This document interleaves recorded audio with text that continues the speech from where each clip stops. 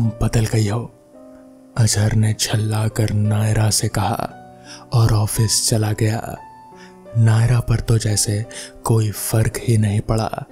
उसकी आंखों में वही एक खालीपन था, एक सोनापन, एक खामोशी, एक गहरा दर्द जो शायद वो किसी से जाहिर नहीं करना चाहते थे।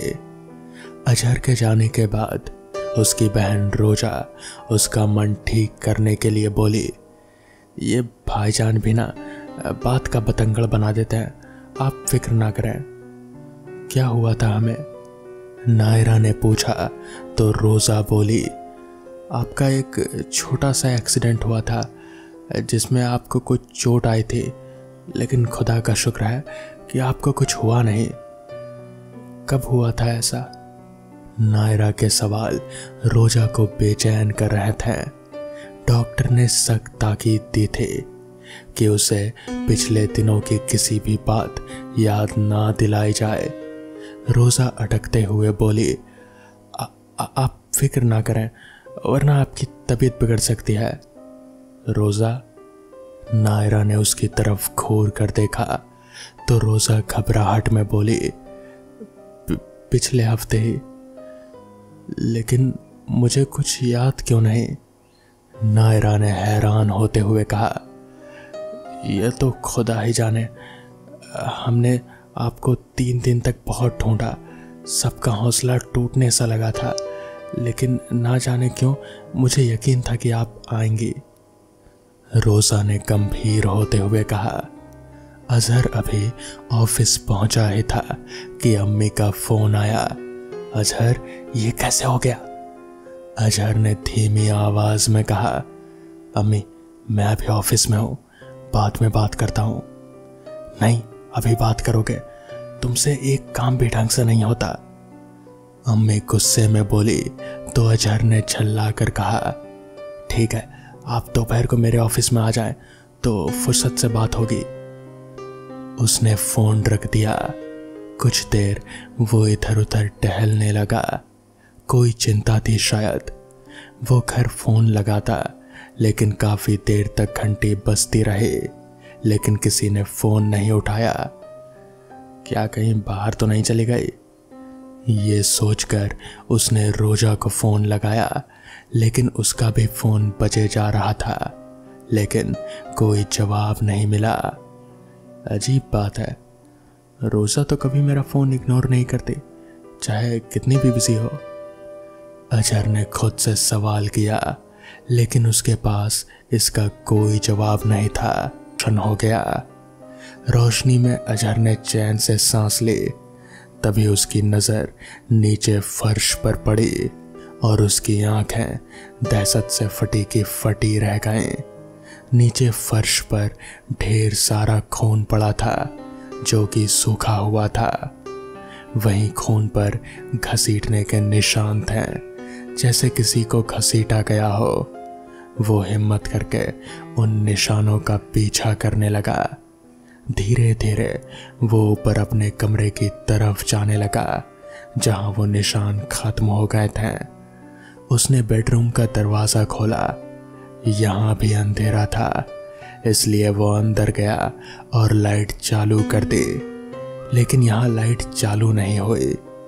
वहां देखने के लिए अजहर ने अपने फोन की टॉर्च चालू की और सामने देखते ही उसकी चीख निकल गई। उसकी बहन रोजा का सिर पंखे से लटका हुआ था और धड़ गायब था। वो डरते हुए भागने के लिए पलटा तो उसे दरवाजे के पीछे उसकी अम्मी का कटा हुआ हाथ दिखा, जिससे खून रिस रहा था। इससे पहले कि वो कुछ सोच पाता कि बाहर कंगन के गिरने की आवाज आई। अजहर दौड़कर कमरे से बाहर निकला तो अम्मी का कंगन सीढ़ियों से लुढ़कता हुआ नीचे जा गिरा। वो भागकर कंगन के पास पहुंचा तो वहां पर भी खून के निशान थे, जैसे किसी को घसीटा गया हो। अजहर उसी दिशा में भागा। वो निशान उसके गार्डन के फव्वारे के पास आकर खत्म हो गए। उसने चीखते हुए वहां खोदना शुरू कर दिया। अम्मी। वो कुदाल से लगातार जमीन खोद रहा था, लेकिन वहां कुछ भी नहीं निकला। दहशत से उसने जमीन को इतना खोद दिया कि वो उसमें आधा कमर तक घुसा हुआ था। वो थक कर चूर हो गया। पसीने से लथपथ उसने दम लेने के लिए थोड़ा रुका और उसने आसपास देखा तो उसका चेहरा डर से सफेद हो गया। अनजाने में ही उसने इतना बड़ा गड्ढा खोद दिया था जो बिल्कुल किसी ताजी कब्र के जैसा लग रहा था। नहीं, उसके मुंह से निकला, मुझे माफ कर दो। वो चीखने लगा, वो रोने लगा जोर जोर से। थोड़ी देर में जब उसका रोना बंद हुआ तो जैसे सब कुछ थम सा गया था। अचानक उसे गड्ढे में जमीन के नीचे कुछ हलचल महसूस हुई और अपनी अम्मी को बचाने की कोशिश में उसने और खोदना शुरू किया। कुछ देर में एक हाथ उसे दिखा जो उसकी अम्मी का था। उसने लपक कर वो हाथ पकड़ लिया और रोने लगा। उसकी अम्मी अब इस दुनिया से रुखसत हो गए थे। वो उसके बेजान हाथ को लेकर ना जाने कितनी देर तक रोता रहा। आखिरकार उसने बाहर जाने का ख्याल आया। वो उठने को हुआ, लेकिन तभी उस बेजान हाथ ने अजहर का हाथ सख्ती से पकड़ लिया। उसने डर के मारे अपना हाथ छुड़ाने की बहुत कोशिश की, लेकिन वो हाथ तो जैसे पत्थर का हो गया था। अचानक उसी हाथ के साथ उसकी बीवी नायरा की लाश भी उठ खड़ी हुई। खून से लथपथ, जगह जगह से बदन नोचा हुआ था जैसे जानवरों ने खाया हो। उसके सड़ते बदन की बदबू से अजहर को उबकाई आने लगी। अजहर की आंखों में आतंक और मौत दोनों दिख रहे थे। नायरा की लाश ने अजहर को अपने करीब खींच लिया और बोली, तुम बदल गए हो। और एक दर्दनाक चीख ने पूरे माहौल में दहशत सी भर दी। चीख सुनकर पड़ोसियों ने पुलिस को फोन कर दिया और रात को ही पुलिस ने वो जगह सील कर दी। अगले दिन वहां उसी गड्ढे से 4 लाशें निकली। पहली अजहर की, दूसरी उसकी अम्मी की, तीसरी उसकी बहन रोजा और आखिरी लाश उसकी बीवी नायरा की। उसी गड्ढे में से एक ऑडियो टेप निकला। पुलिस ने उसे कब्जे में लेकर सभी लाशों को पोस्टमार्टम के लिए भेज दिया। अगले दिन पुलिस हेडक्वार्टर में केस की छानबीन कर रहे अफसर ने वो टेप चलाया। बाखुदा तुम बड़े नालायक निकले, एक औरत नहीं संभाली गई तुमसे। अम्मी ने गुस्से में कहा, अम्मी मैंने कोई गलती नहीं की। तो वो चुड़ैल वापस कैसे आई? अम्मी ने गुस्से में कहा। तो अजहर ने उनके मुंह पर हाथ रखते हुए कहा, अम्मी दीवारों के भी कान होते हैं। मैं कुछ नहीं जानती, वो तुम्हारी मुसीबत है, उसे जल्दी से ठिकाने लगाओ, नहीं तो खान साहब की बेटी से निकाह नहीं हो पाएगा। अम्मी ने आंखें तहराते हुए कहा, अम्मी आप फिक्र मत करो, रोजा उसे बहलाकर शहर के बाहर ले जाएगी और वहीं मेरे आदमी उसे फना कर देंगे। अजहर ने इत्मीनान से कहा। कुछ देर तक दोनों चुप थे। फिर अम्मी बोली, और वो जहीर भाई का पैसा कब आएगा? तो उसने जवाब दिया, बात हो गई है मेरी, शाम तक आ जाएगा। पूरे पैसे वसूलना। नामुराद कब से नायरा पर नजर जमाए हुए था और फिर पैसे देने से मुकर रहा था। अम्मी की आंखों में धूर्तता थी। उसने वादा किया है कि आज शाम को वो पैसे दे देगा। अजहर मुस्कुराते हुए बोला, एक काम कर, आज शाम को उसे भी बुला ले। अम्मी की बात सुनकर हैरत से अजहर बोला, वो क्यों अम्मी? तो अम्मी बोली, अरे बकरी को काटना ही है तो उसे भेड़िया भी थोड़ा नोच ही खाए तो क्या चाहता है? इसका बाप तो जीते जी कुछ कर नहीं पाया, कम से कम मर कर ये तो कुछ दे जाएगी। टेप खत्म हुआ। दोनों की हंसी के साथ ये टेप बंद हो गया। वो गड्ढा उन सभी का कब्र बन गया था, या शायद वो पहले से ही एक कब्र था। तो दोस्तों, ये थी आज की पहली कहानी। तो चलिए बढ़ते हैं आज की दूसरी कहानी की ओर।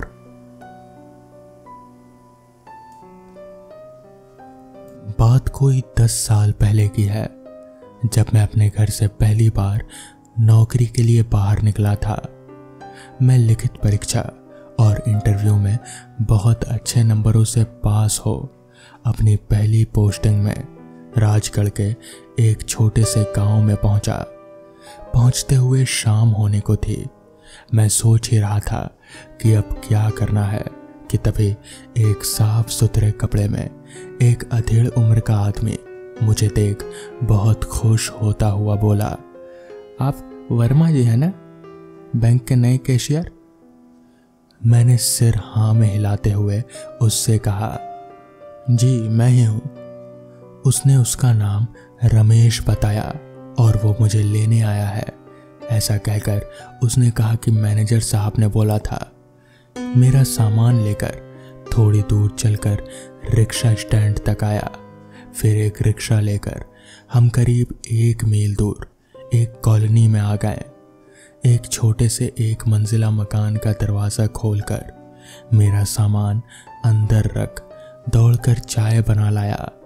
फिर पूछा, रात में आप क्या खाएंगे? मैं बैठक में सोफे पर बैठा था। मैंने पूछा कि ये घर किसका है, तो उसने कहा, सर ये तो अपने बैंक का गेस्ट हाउस है और मैं केयर टेकर खान सामा। कुछ सुबह 6 बजे से रात 10 बजे तक आपकी सेवा में हाजिर। क्योंकि 1-2 साल से एक आध बारी कोई आता है इसमें, बाकी खाली ही रहता है। इसलिए मैनेजर सर ने कहा कि जब तक आपके लिए किराए का कोई कमरा ठीक नहीं हो जाता तो आप इस मकान में रुक सकते हैं। चाय पीकर अंदर के कमरे में गया। एक बेहतरीन कमरा, बड़ा पलंग, साफ सुथरा, देखकर दिल खुश हो गया। नहा धोकर रात का खाना खत्म कर थोड़ी देर तक किताब पढ़ते हुए कब आंख लग गई मालूम ही नहीं। तकरीबन रात 10 बजे मेरे पेट में बहुत जोर का दर्द उठा। मुझे ऐसा दर्द अक्सर उठता है जिसके लिए मैं हर वक्त दवाई की शीशी अपने बैग में ही रखता हूँ। जल्दी से उठकर बैग में देखा पर कहीं भी वो शीशी नहीं मिली। मैं शायद बैग भरते वक्त घर में ही भूल गया। अब क्या होगा? दर्द बढ़ता ही जा रहा था। एकाएक मुझे याद आया, कॉलोनी के गेट के पास मैंने एक डॉक्टर की दुकान देखी थी। सोचा शायद खुली हो। पास जाकर देखा तो खुशनसीबी से दुकान खुली हुई ही थी और डॉक्टर साहब का नाम भी बोर्ड पर लिखा था, डॉक्टर अरुण अग्रवाल MD। सिर्फ एक बार आवाज देकर अंदर घुस गया। देखा एक बहुत ही गंभीर आदमी बेहतरीन काले कोट, सफेद शर्ट और काली टाई पहने, आंखों पर मोटा चश्मा, कुछ पढ़ रहा था। मुझे देखते ही बहुत ही खरखराती सी आवाज में आने का कारण पूछा। बतलाते ही बोले, ठीक है। फिर अपने पीछे की अलमारी से एक शीशी निकाली और उसमें से कुछ काले रंग का पाउडर सा निकाला और कहा, लो इसे खा लो। आश्चर्य, पाउडर के गले में जाने के ठीक 1 मिनट के अंदर में ही दर्द पूरी तरह से जैसे छू मंतर हो गया। मैंने पूछा, सर कितना हुआ? वो बहुत जोर से डांट कर बोले, डॉक्टर अरुण को पैसे देगा, चल भाग यहां से। मैं भागकर क्लिनिक से बाहर आ गया, फिर घर आकर सो गया। कुछ दिन बहुत काम के बोझ में चले गए। फिर रविवार को मैनेजर जी के घर शाम पर खाने पर गया था और लौटते हुए काफी देर हो चुकी थी। रिक्शा लेकर लौटते हुए देखा डॉक्टर अरुण की क्लिनिक खुली हुई थी, सो वहीं रिक्शा छोड़ दिया। अंदर से बहुत से लोगों की हंसी की आवाज आ रही थी। जैसे ही मैंने अंदर झांका, मेरा दिल जैसे गले में आ गया। डॉक्टर अरुण के साथ 3 इंसानी कंकाल थे जो बात करते हुए जोरों से हंस रहे थे। कोई एक्सरसाइज कर रहा था तो कोई बैठा बातों में मशगूल था। मैं तेजी से अपनी जान बचाकर भाग निकला। घर पहुंचकर देखा घर खुला हुआ ही था और खान सामा भी बैठा था। मेरी हालत देख खान सामा तेजी से पानी लाया और फिर उसने मुझे चाय बना कर दिया। चाय पीकर मैं कुछ आराम महसूस कर पाया। मेरी हालत देख खान सामा ने पूछा, साहब क्या हुआ? मैंने उसे पूरी कहानी सुना दी तो उसने पूछा, कौन डॉक्टर अरुण? मैं बहुत समझाता रहा पर वो समझ ही नहीं पाया। अगले दिन ऑफिस में मैनेजर साहब ने पूछा, क्यों? खान सामा बतला रहा था कि आप कहीं कुछ देखकर बहुत घबरा गए थे।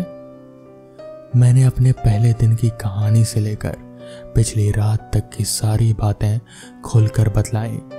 वो एकदम चुप हो गए। शाम तक उन्होंने मुझसे कोई भी बात नहीं की। शाम को सबके जाने के बाद वो मेरी कैबिन में आए और बैठ गए। थोड़ी देर में चपरासी चाय ले आया। चाय पीते हुए वो मुझसे बोले, आज से कोई 10 साल पहले की बात है। आगे मैनेजर साहब ने बताया, इस जगह पर डॉक्टर अरुण की टक्कर का दूसरा कोई डॉक्टर नहीं था। वो लोगों को जो भी दवाई देते थे कभी भी पैसा नहीं लेते थे। एक बार जब बरसात के समय बहुत बड़ा तूफान आया तब डॉक्टर साहब अपने क्लिनिक में 4 मरीजों के साथ बैठे थे। अचानक एक बिजली कड़की और क्लिनिक के सामने वाले पेड़ पर गिरी। वो बहुत ही बड़ा पेड़ पूरी तरह से जलता हुआ उनकी क्लिनिक के ऊपर गिरा और वो 5 ही नहीं निकल पाए और वहीं जलकर राख हो गए। तब से आज तक रात में कई लोगों को वो क्लिनिक खुला हुआ दिखा है। जिसके बाद मैनेजर साहब ने कहा, पर तुमने तो सिर्फ देखा ही नहीं बल्कि उनसे लेकर दवाई भी खाई है। उस दिन के बाद से आज तक इतने साल हो गए मगर आज तक मेरे पेट में कभी भी वो दर्द की बीमारी नहीं उभरी। तो दोस्तों, ये थी आज की पहली कहानी। तो चलिए बढ़ते हैं आज की दूसरी कहानी की ओर। रवि को एक बार एग्जाम देने राजस्थान जाना पड़ा। ऑनलाइन होटल बुक करने पर सिर्फ एक ही होटल में रूम मिल रहा था, एलिना होटल। विचित्र बात थी, उस होटल के कोई रिव्यू नहीं थे। समय की कमी को देखते हुए उसने होटल बुक कर दिया। ट्रेन रात के 11 बजे पहुंची। स्टेशन के बाहर खाना खाने के बाद उसने होटल के लिए रिक्शा या टैक्सी करनी चाहिए।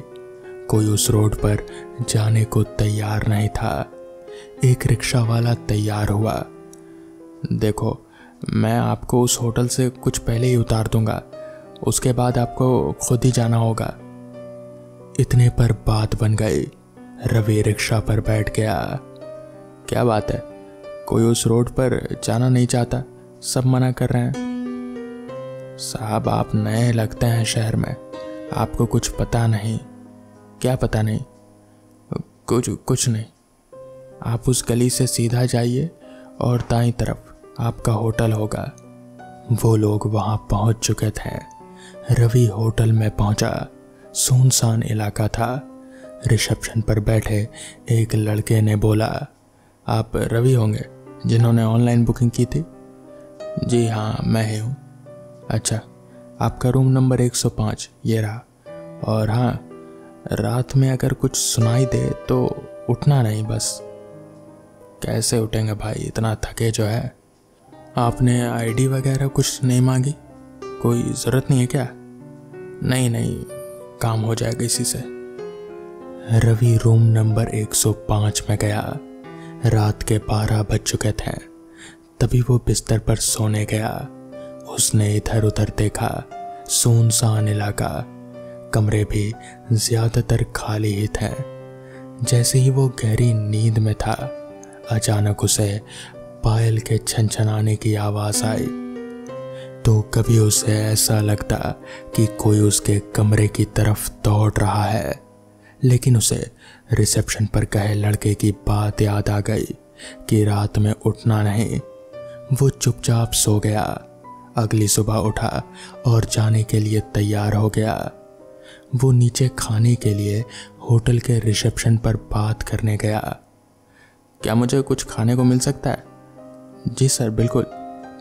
रात में मुझे पायल की आवाज़ आ रही थी। क्या कोई टीवी भी ऑन था क्या, या फिर कुछ और? रिसेप्शन वाले ने कोई जवाब नहीं दिया। सर, आपका नाश्ता तैयार है। रवि खाने की टेबल पर बैठ गया। कुछ देर उसने खाना खाया, जिसके बाद वो एग्ज़ाम देने सेंटर पर निकल गया। जब एग्ज़ाम सेंटर पर गया तो उसकी आईडी मांगी गई। अरे ये क्या, आईडी कार्ड कहाँ गया? लगता है होटल में ही कल छोड़ आया। उसके पास 2 आईडी थी। उसने दूसरी आईडी दिखाई और एग्ज़ाम देने चला गया। ट्रेन रात की थी। उसने सोचा एग्ज़ाम देने के बाद उस होटल जाकर आईडी लेकर फिर स्टेशन चला जाएगा। 2 शिफ्टों में एग्ज़ाम देने के बाद उसी होटल पर वो आ गया। शाम के 6 बज चुके थे। होटल पहुंचते ही उसने रिसेप्शन पर अपनी आईडी मांगी, तो इस पर उस लड़के ने कहा, सर मैं आपको आपके आईडी के बारे में याद दिलाने ही वाला था, ये लीजिए। रवि ने अपनी आईडी ली और उस होटल से निकलने लगा। तभी उसे महसूस हुआ कि जैसे फिर से उसके कानों में पायल की आवाज़ टकराई हो। उसने अपनी घड़ी की ओर देखा तो पाया कि ट्रेन के समय में अभी वक्त है। वो वापस उस रिसेप्शन वाले लड़के के पास गया और उसने पूछा, अच्छा, सुबह जब मैंने पूछा कि यहाँ पायल की आवाज़ आती है तो आपने कोई जवाब नहीं दिया। यहाँ पर ऐसा क्यों होता है? कल रात को मैं लगातार पायल की आवाज़ सुन रहा था। इस पर वो लड़का रवि की बात को सुनकर जैसे अनसुना सा कर दिया और उस लड़के ने फिर कहा, सर आपको जाना चाहिए, आपकी ट्रेन छूट जाएगी। इस पर रवि ने कहा, नहीं, मेरी ट्रेन में अभी वक्त है। अच्छा, ऐसा क्यों होता है? पायल की आवाज़, आप अगर बताना नहीं चाहते तो छोड़ दीजिए। जिस पर उस लड़के ने कहा, सर बहुत लंबी कहानी है। जिसके बाद रवि ने कहा, कोई बात नहीं, मेरे पास भी काफ़ी समय है। जिसके बाद उस लड़के ने बताना शुरू किया। रॉबर्ट और जोसेफ बहुत अच्छे दोस्त हैं। जोसेफ इस होटल का मालिक था। रॉबर्ट को भी वो यहीं पर काम पर रखता था, मतलब कि बिल्कुल एक पार्टनर जैसा। दरअसल इस होटल का असली मालिक जोसेफ ही था। उसकी इकलौती लड़की थी, उसका नाम एलिना था। जोसेफ और रॉबर्ट में घनिष्ठ दोस्ती थी। अपने काम और चतुराई से रॉबर्ट ने जोसेफ के दिल में अपने लिए एक खास जगह बना ली और उसका विश्वास पात्र बन गया। जोसेफ रॉबर्ट पर बेहद भरोसा करता था। कभी कभी तो जोसेफ विश्वास के कारण कंपनी के मुख्य काम रॉबर्ट को ही सौंप देता था। तब जोसेफ की लड़की इतनी बड़ी और सयानी नहीं हुई थी कि वो कंपनी का काम देख सके। इसलिए रॉबर्ट को जोसेफ ने अपने सह मैनेजर के रूप में यहाँ पर नियुक्त किया हुआ था। अचानक किसी घातक बीमारी के चलते जोसेफ रॉबर्ट को अपने घर बुलाकर अपनी पत्नी और बेटी के सामने उससे अपनी कंपनी की कुछ ज़रूरी बातें करता है। जोसेफ रॉबर्ट से कहता है, देखो जोसेफ, तुम मेरे सबसे अच्छे दोस्त हो और मेरे साथ मिलकर तुमने बहुत काम भी किया है, इसलिए तुम्हें मेरे काम का एक अच्छा तजुर्बा भी हो गया होगा। मैं अपनी बेटी एलिना को इस होटल का भार सौंप रहा हूँ। मैं जानता हूँ कि एलिना होटल के काम के बारे में इतना ज़्यादा नहीं जानती जितना कि तुम जानते हो। मैं चाहता हूँ कि तुम इस होटल को चलाने में मेरी बेटी की मदद करो। रॉबर्ट, अब से मेरी बेटी कंपनी के मालिक है और तुम्हें एलिना के साथ बिजनेस को आगे बढ़ाना है। रॉबर्ट जोसेफ का हाथ पकड़कर उससे कहता है, तुम चिंता मत करो जोसेफ, मैं हूं ना, मैं सब संभाल लूंगा। ये सुनकर जोसेफ के चेहरे पर एक मुस्कान आ जाती है। रॉबर्ट दोहरे चरित्र का आदमी था, लेकिन जोसेफ को फिर भी उसकी बातों पर जरा भी शक नहीं होता। जोसेफ अपनी बात रखकर निश्चिंत हो जाता है।